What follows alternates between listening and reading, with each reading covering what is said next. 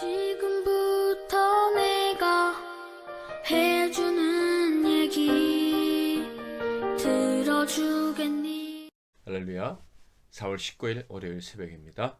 말씀 앞에서 찬양 올려드리겠습니다. 말씀 앞에서 경외함으로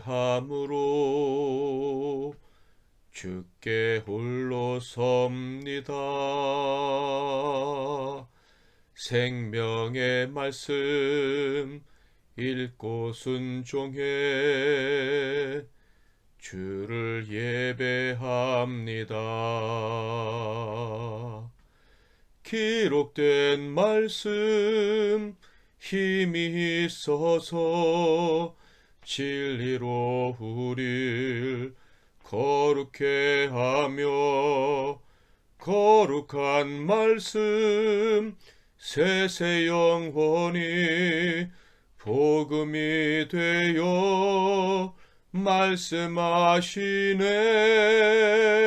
하나님 말씀에 두려워 떠는 자,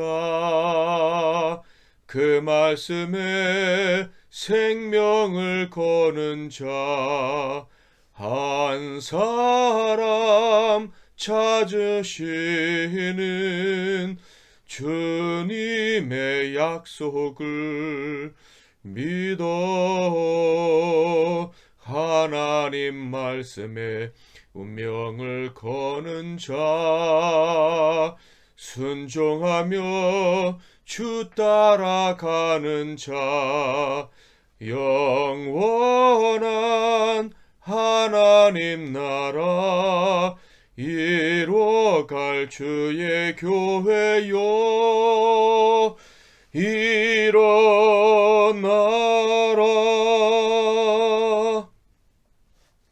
아멘.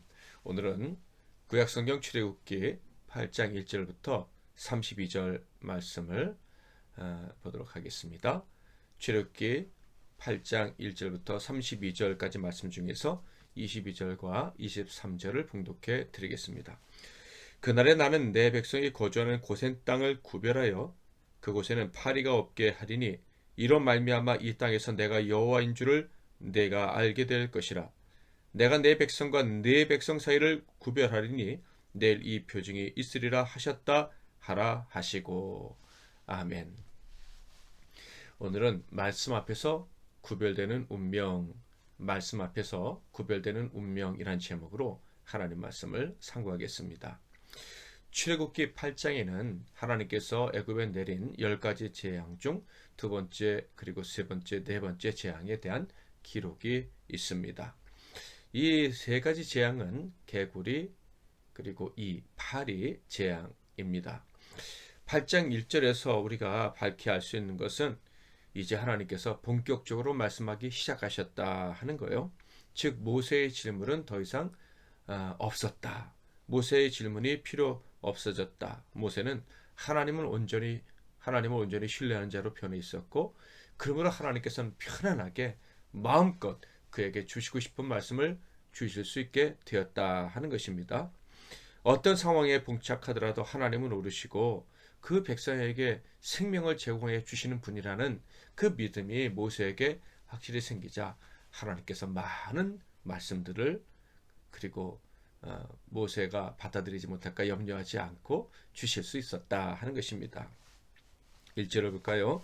여호와께서 모세에게 이르시되 너는 바로에게 가서 그에게 이르기를 여호와의 말씀에 내 백성을 보내라. 그들이 나를 섬길 것이니라. 하나님께서는 꿈쩍도 하지 않고 변화도 없을 것처럼 보이는 바로에게 또다시 가서 하나님 말씀을 전하라 라고 명령을 하십니다. 자, 그런데 이어서 하시는 말씀은 모세가 전한 말을 역시 바로가 듣지 않을 것이다 라는 말씀을 해주셨어요.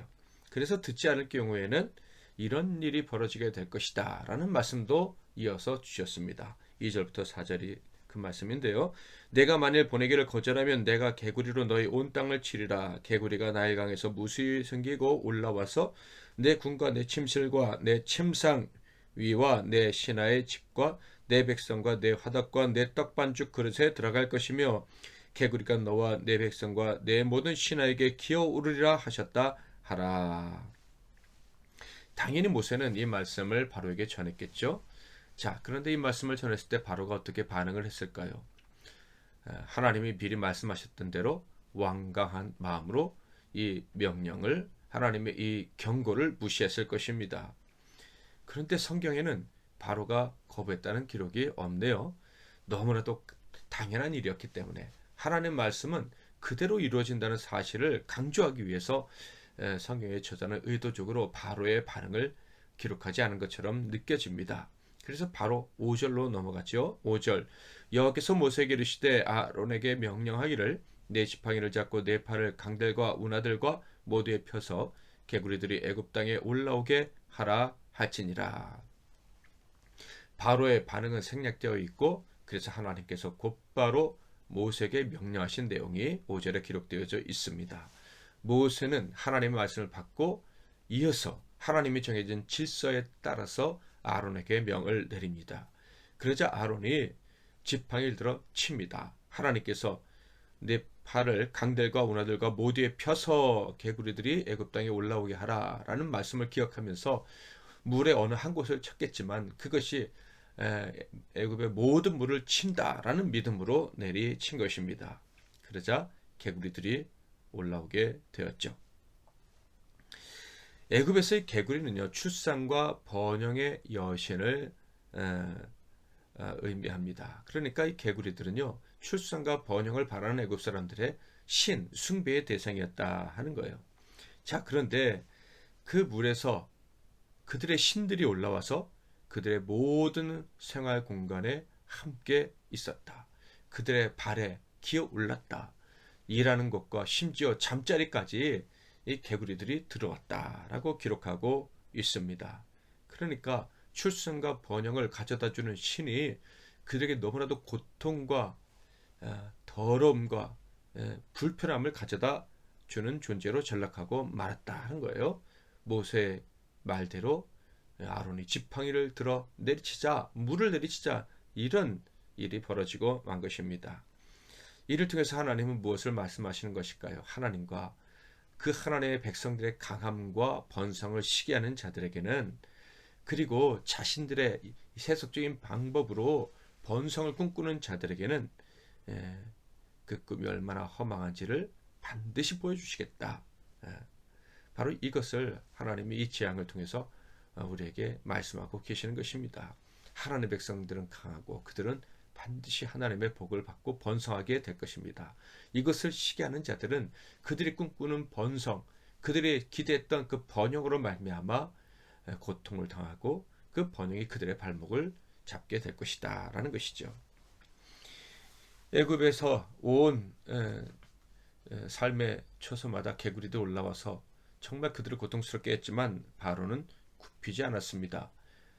단편적으로는 요술사들 때문이다 라고 기록되어 있죠. 6절 7절, 아론이 애굽 물들이 위에 그의 손을 내밀매 개구리가 올라와서 애굽 땅에 덮이니 요술사들로 자기 요술대로 그와 같이 행하여 개구리가 애굽 땅에 올라오게 하였더라. 모세와 아론이 행한 것과, 즉 하나님이 행하신 것과 요술사들의 차이가 무엇입니까? 하나님은 모세와 아론을 통해서 온 땅에 개구리가 올라오게 하셨지만은 이 요술사들은 몇 마리 올라오게 한 것입니다. 그런데 더 큰 차이는 무엇입니까? 요술사들은 개구리를 없앨 방법을 알 수 없었다 하는 거예요. 그런 능력이 없었다는 거예요. 그러자 결국 바로가 모세를 부릅니다. 8절, 바로가 모세와 아론을 불러 이르되 여호와께 구하여 나와 내 백성에게서 개구리를 떠나게 하라. 내가 이 백성을 보내리니 그들이 여호와께 제사를 드릴 것이니라. 바로는 스스로 계신 자 여호와 하나님을 인정하는 것처럼 이야기를 합니다. 그러나 하나님을 인정한 것이 아니라 하나님을 무시하고 있는 거예요. 단지 자기 필요를 위해서 이용하려는 태도만 취하고 있는 것입니다. 하나님의 이름을 부르지만 하나님께 관심도 없고 하나님을 알지 못하는 수많은 가짜 신자들의 모습과 차이가 없는 것이죠. 이 제안에 모세가 이렇게 답을 합니다. 9절, 모세가 바로에게 이르되 내가 왕과 왕의 신하와 왕의 백성을 위하여 이 개구리를 왕과 왕궁에서 끊어 날강에만 있도록 언제 간구하는 것이 좋을는지 내게 분부하소서. 언제 개구리를 없애줄까? 이렇게 물은 거예요. 없애주고 싶어서가 아닙니다. 10절 말씀을 볼까요? 그가 이르되 내일이니라. 모세가 이르되 왕의 말씀대로 하여 왕에게 우리 하나님 여호와와 같은 이가 없는 줄을 알게 하리니.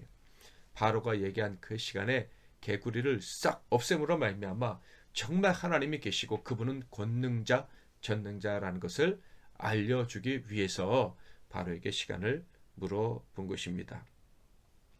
애굽의 마술사 이로 인해서 다 가짜라는 것이 또한 들통이 나게 되겠죠. 그런데 정말 바로가 말한 시간에 모세가 약속한 대로 하나님께서 개구리를 없애 주셨습니다. 그 결과 애굽의 신들은요 다 무트로 올라와서 거기서 시체가 됩니다.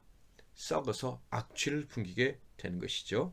애굽의 신, 출산과 번영의 신이 애굽 사람들에게 악취를 풍기는 신으로 전락하고 말았습니다. 하나님 말씀 한마디에 말이죠. 애굽은 온 땅에 개구리 무덤이 되었다는 것을 확인하게 됩니다. 그러나 바로는 또다시 완악해 졌고 약속을 폐기합니다. 15절. 그러나 바로가 숨을 쉴 수 있게 됨을 보았을 때 그의 마음을 완강하게 하여 그들의 말을 듣지 아니하였으니 여호와께서 말씀하신 것과 같더라. 개구리 때문에 숨쉬기 힘들 정도로 고통스러웠던 것 같습니다.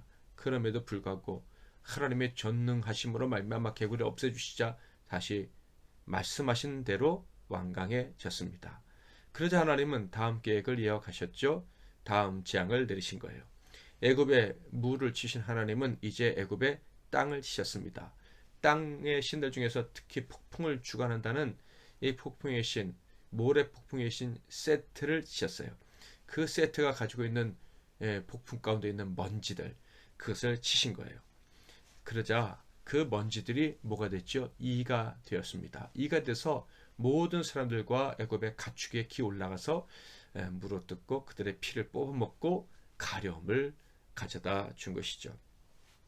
상황이 이렇게 되자 애굽의 요술사들은 더 이상 거짓말을 할 수가 없었습니다. 그래서 19절에 이렇게 되어 있어요. 요술사가 바로에게 말하되 이는 하나님의 권능이니이다 하였으나 바로의 마음이 완악하게 되어 그들의 말을 듣지 아니하였으니 여호와의 말씀과 같더라. 개구리, 비둘기, 뱀 같은 것은 요술사가 자기 몸에 숨기고 있다가 요술로 보여줄 수 있었지만 이는 절대 할 수가 없었다 하는 것이죠. 이를 어떻게 요술사들이 훈련시키고 길들일 수 있겠습니까? 그러므로 두 손을 반짝 들고 만 거예요. 그러나 바로는 마음을 바꾸지 않습니다. 그러자 하나님께서 네 번째 재앙, 곧 파리 재앙을 선포하라고 하셨습니다. 자, 그런데 이 재앙부터는 구별되는 특징이 있습니다. 이 재앙부터는 특히 이 파리 재앙은 자연에서 나오는 재앙이 아니라는 거예요. 파리가 자연의 산물이 아닌가 이렇게 얘기를 합니다. 파리가 또 대체 어디서 나옵니까? 더러운 물이 있는 데서 알을 낳고 거기서 나오거나 그 더러운 음식물이 있는 데서 알을 낳아서 거기서 파리가 나오고 그렇지 않겠습니까? 자, 그런데 이 파리는 특별한 곳에서 나왔습니다. 피, 개구리, 이것들은 자연에서 나왔습니다. 자연을 치자 그 자연에서 나왔어요. 그런데요, 파리 재앙은 다릅니다. 공중에서 오는 재앙이었습니다. 아마 직접 당한 사람은 정말 무서웠을 것 같아요. 갑자기 하늘에서 내 옆에 어떤 빈 공간에서 영화에 보면 4차원의 세계 문이 열리면 거기서 막 사람도 나오고 우주선도 나오는 것처럼 문이 싹 열리면서 거기서 파리떼가 쏟아져 나온 것이죠. 예를 들자면 문을 닫고 딱 숨었는데 갑자기 이 방 한 어떤 공간에서 문이 열리듯이 파리 열리면서 파리가 시꺼멓게 쏟아져 나오는 그런 재앙이었을 것 같습니다. 하늘에서 갑자기 쏟아져 내려오는 그런 재앙, 그 파리들, 이것은 이스라엘 애굽 사람들에게 엄청난 큰 고통을 가져다 주었을 것입니다. 그런데요, 이 파리 재앙 때부터는 또 다른 특징이 있습니다. 바로 애굽과 이스라엘을 구별하셨다 하는 거예요. 22절 23절. 그날에 나는 내 백성이 거주하는 고센 땅을 구별하여 그곳에는 파리가 없게 하리니 이로 말미암아 이 땅에서 내가 여호와인 줄을 내가 알게 될 것이라. 내가 내 백성과 내 백성 사이를 구별하리니 내일 이 표징이 있으리라 하셨다 하라 하시고. 그러니까 첫째, 둘째, 셋째, 피, 개구리, 이 재앙까지는 이스라엘 백성들이 사는 땅에도 임했던 거예요. 그러니까 이스라엘 사람들이 그 재앙을 보면서 하나님의 전능을 체험할 수 있도록 해주셨다 하는 것이죠. 그런데 네 번째부터는 이스라엘을 그 재앙에서 빼내셨습니다. 그래서 하나님은 정말 우리를 특별히 구별해 주셨구나 하는 것을 이스라엘 사람들로 하여금 또 애굽 사람들로 하여금 알게 하셨다 하는 거예요. 이 공중에서 오는 재앙은 이스라엘 사람들을 건들 수 없습니다. 우리 삶도 마찬가지죠. 자연에서 오는 재앙이 하나님의 사람들을 힘들게 할 수도 있지만 공중에서 오는 재앙, 이 초자연적인 재앙, 마귀가 다스리거나 마귀가 역사한다고 하는 그런 재앙들은 하나님의 사람들을 절대로 건드릴 수가 없는 것입니다. 이스라엘 백성들은 주업이 목축입니다. 파리가 낀다면 이스라엘 사람들이 사는 곳에 더 많아야 할 것이에요. 그런데 그들은 이 파리 재앙으로부터 벗어나 있었습니다. 그러니까 이 파리 재앙부터 하나님은 하나님 말씀에 순종하는 백성들, 하나님 말씀에 의해 만들어지고 말씀에 따라 살아갈 사람들은 얼마나 다른지 완전히 다른 차원에 있는 구별된 자, 즉 거룩한 자라는 것을 보여주기 시작한 것입니다. 이 재앙으로 말미암아 애굽은 황폐해지고 말았습니다. 24절 여호와께서 그와 같이 하시니 무수한 파리가 바로의 궁과 그의 신하의 집과 애굽 온 땅에 이르니 파리로 말미암아 그 땅이 황폐했더라. 당연한 일이죠. 애굽의 일상생활이 완전히 망가지고 만 것입니다. 이렇게 되자 바로는 이스라엘 백성들이 제사하는 것을 허락하겠다고 합니다. 단 애굽에서 제사해라. 하나님 말씀하신 대로 사흘기쯤 광야로 가서 제사하는 건 안 된다라고 이야기를 했습니다. 그러나 모세가 단호히 거절했죠. 그러자 바로가 어쩔 수 없이 그래 사흘기쯤 나가서 제사해라 이렇게 허락을 합니다. 그렇지만 하나님이 말씀하셨던 대로 모세가 기도하고 파리 재앙이 사라지자 그는 다시 원래 상태로 돌아가고 맙니다. 오늘 이 세 가지 재앙에 관한 말씀을 통해서 우리는 아주 중요한 교훈을 얻을 수가 있습니다.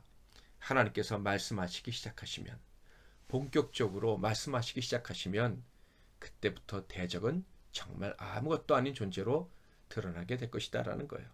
하나님 백성들이 입을 꾹 다물고 자기 생각을 내려놓고 생명을 주신 하나님께서 가장 선한 길로 인도해 줄 줄 믿고 순종하기만 하면 적들은 다 사라지게 될 것이다.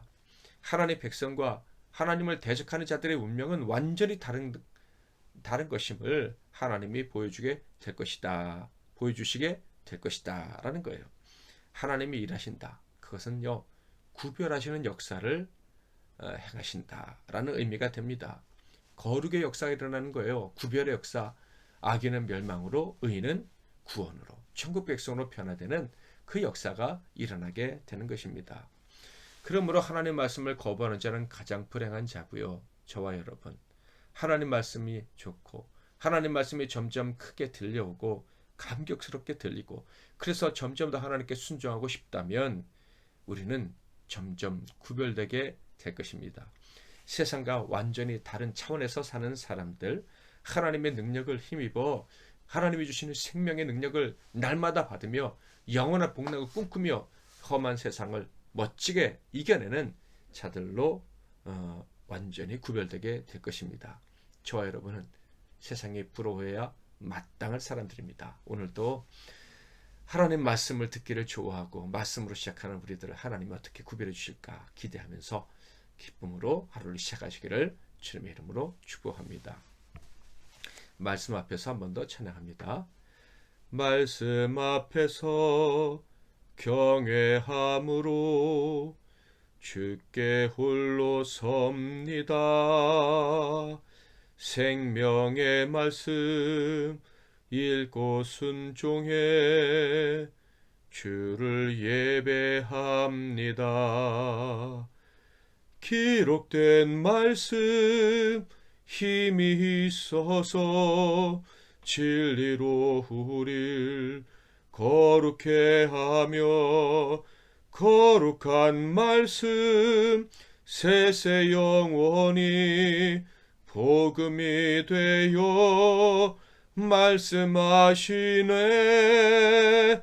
하나님 말씀에 두려워 떠는 자, 그 말씀에 생명을 거는 자, 한 사람 찾으시는